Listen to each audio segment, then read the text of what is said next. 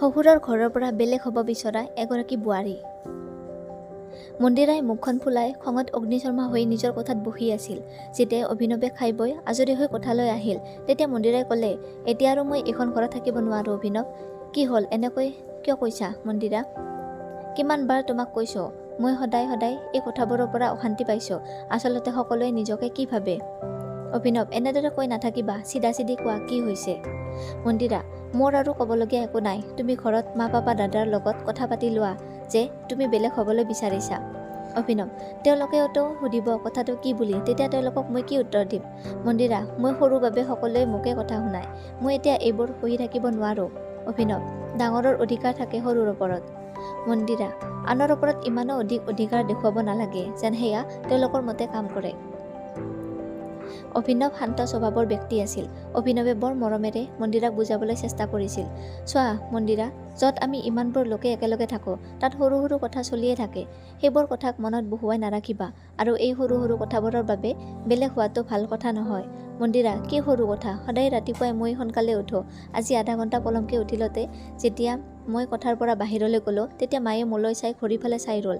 সেই কথা মোৰ ভাল নালাগিল। অভিনৱ, মায়ে তোমাক কিবা কৈছিল নি? মন্দিৰা, কোৱাটো একো নাছিল, কিন্তু মই সকলো বুজোঁ। তেওঁ মোৰ ওপৰত খং উঠিছিল, আৰু যোৱাকালি আঞ্জা অলপ বেছিকৈ বনালতো মায়ে মোক কথা শুনালে। অভিনৱ, তাতে আকৌ কি হ'ল? তোমাৰ মায়েও তোমাক একো নকৈছিল নে?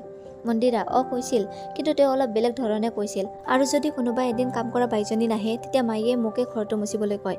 আৰু যেতিয়া আমি দেওবাৰে বাহিৰলৈ ফুৰিবলৈ যাওঁ, তেতিয়া মায়ে মুখখন ফুলাই বহি থাকে। আৰু এবাৰ দুবাৰ আমি পলমকৈ অহাত মোক খং কৰিছিল। কিছু কথা তুমিও বুজা, মই সকলো জানো। মা বাবাৰতো কেৱল দাদা বৌ আৰু তেওঁলোকৰ ল'ৰা ছোৱালী দুটাকে ভাল লাগে। তুমি যেন তেওঁলোকৰ তুলনীয় সন্তানহে। অভিনৱ, তুমি এই সকলোবোৰ কথা তোমাৰ মনত বহুৱাই লৈছা। মন্দিৰা, এটা দুটা কথা হ'লে ময়ো বুজিছিলোঁ, কিন্তু তেওঁলোকে মোৰ কোনো কথাকে ভাল নাপায়। মই কাম কৰা, মই বনোৱাটো, বাহিৰলৈ যোৱা, আৰু ঘৰখনৰ বাবে মই একো বস্তু আনিবকে যেন নোৱাৰোঁ। অভিনৱ, তুমি জানানে, একেলগে থকাৰো বহু লাভ আছে। তুমি অলপ বুজিবলৈ চেষ্টা কৰা। ঘৰ এখন চোৱা চিতা কৰাটো সাধাৰণ কথা নহয়। একেলগে থাকোঁ বাবে আমাৰ ওপৰত বোজাও বহুত কম। সেয়ে ঘৰৰ কাম কেইটামান কৰি তুমি নিজৰ বাবে বজাৰ সমাৰ কৰিবলৈ আহৰি পোৱা। মন্দিৰা, যেন মই এই ঘৰখনৰ কাম কৰা বাইহে। অভিনৱ, কি পগলাৰ দৰে কথা কৈছা? মন্দিৰা, আজি তুমি মোক তোমাৰ সিদ্ধান্ত ক'ব লাগিব যে তুমি বেলেগ হ'বা নে নোহোৱা।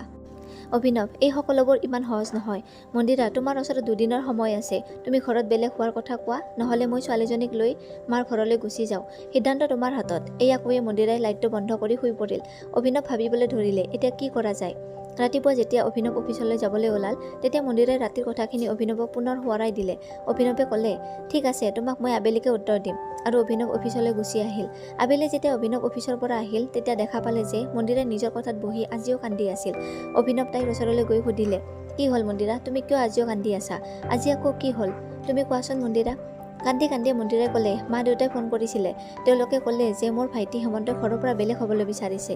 অভিনৱ আচৰিত হয়, কিন্তু তাৰ আকৌ কি হ'ল? মন্দিৰা, সমস্যা তাৰ নহয়, তাৰ পত্নী ৰীণাৰহে। অভিনৱ, কিন্তু হঠাৎ এই সকলোবোৰ কি হৈ গ'ল? মন্দিৰা, মা দেউতাই তাক বহু বুজাইছে, কিন্তু সি মা দেউতাৰ কথা শুনা নাই। তেতিয়া হেমন্তই কৈছে, মোৰ কোনো সমস্যা নাই, কিন্তু ৰীণাই নামানিছে। আৰু মই তেতিয়া ৰীণালৈ ফোন কৰিলোঁ। তেতিয়া ৰীণাই মোক ক'লে, বা এই বিষয় লৈ আপুনি মোক একোকে নক'ব।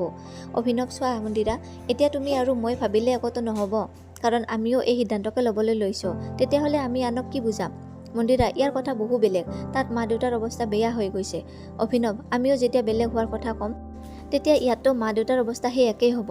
মন্দিৰা, এতিয়াতো মোৰ সৰু ভাইটিৰ বিয়াখনো বাকী আছে। দেউতাই কৈছে যে সৰু ল'ৰাটোৰ বিয়ালৈকে লগতে থাকিবলৈ। বিয়াৰ পাছত দেউতাই নিজে বেলেগ কৰি দিব। অভিনৱ, ঠিক কৈছে দেউতাই, কিন্তু ইয়াতো মোৰ সৰু ভাইটি বিশালৰ বিয়াখন হোৱা নাই। ইয়াতো দেউতাই তেনেদৰে ক'ব। মন্দিৰা, সেইটো পগলা। মোৰ ভাইটি একোকে নুবুজিছে। সি এতিয়াই বেলেগ হৈ ঘৰ এখনৰ দায়িত্ব কেনেকৈ ল'ব?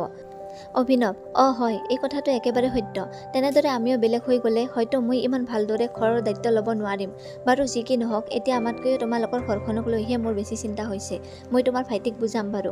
পাছদিনা আবেলি যেতিয়া অভিনৱ অফিচৰ পৰা আহি নিজৰ কোঠালৈ আহিল, তেতিয়া মন্দিৰাই আনন্দ মনেৰে দৌৰি আহিল আৰু অভিনৱক সাৱটি ল'লে আৰু ক'লে, আজি মই বহুত সুখী, মোৰ ভাইটি হেমন্তই মানি গ'ল।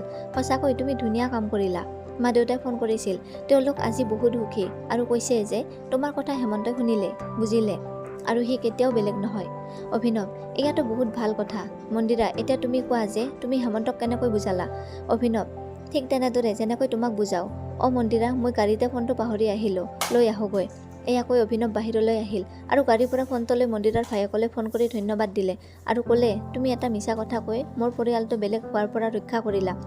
আৰু আনফালে মন্দিৰাও নিজৰ পৰিয়ালক লোকৰ পৰা আঁতৰি থকাৰ দুখক বুজি পাইছিল আৰু কোনোদিন অভিনৱক বেলেগ হোৱাৰ কথা আৰু নক'লে। ধন্যবাদ।